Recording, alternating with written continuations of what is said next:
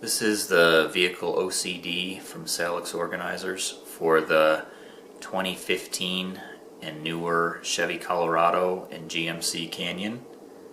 And this kit gives you 5 pieces, and it's a simple snap together assembly, and it's best to do it here on the table before we go and put it in the glove box on the truck. So what you'll get here is this piece, which is going to be the top piece, and you can see the markings on here, and it says this side is down and it says this is the front.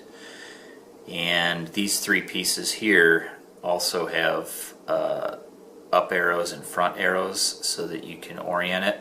And then over here it says slide to fit. This is a dovetail feature here, and what you want to do is put it over the slot and slide it in, and then there it just snaps into position. So we're going to want to do that 3 times. Just get it started in the slot, slide it in, and then make sure it goes far enough for the front piece to tab into the slot there. And then same thing on the last one, just put it on the table, slide it into the slot, and it snaps into position. And now that you've got that done, this piece here is just kind of a spacer piece. So what you're going to want to do with this is line up the notches with the 3 pieces, and it's best to get those in there. And this is a slight snap fit so that everything stays together. So you kind of just work it into position this way and then snap it down like that.